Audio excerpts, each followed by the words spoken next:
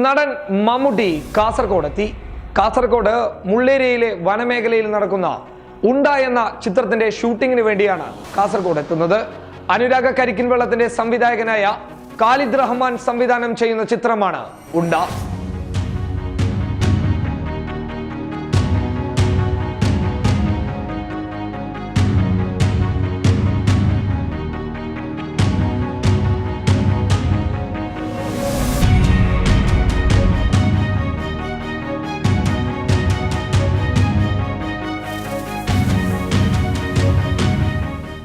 വനപ്രദേശ മേഖലയിലാണ് ചിത്രത്തിന്റെ ഷൂട്ടിംഗ് പുരോഗമിക്കുന്നുള്ളത്.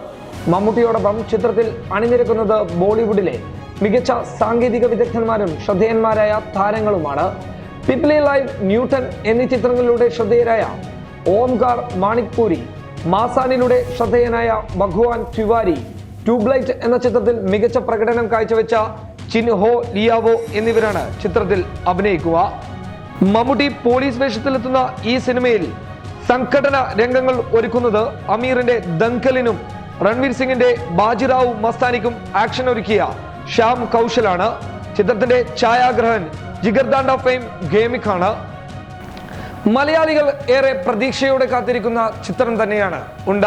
എന്തായാലും ഉണ്ട മലയാള സിനിമയ്ക്ക് ഒരു വേറിട്ട കാഴ്ച നൽകുമെന്ന് പ്രതീക്ഷിക്കാം. News desk public Kerala.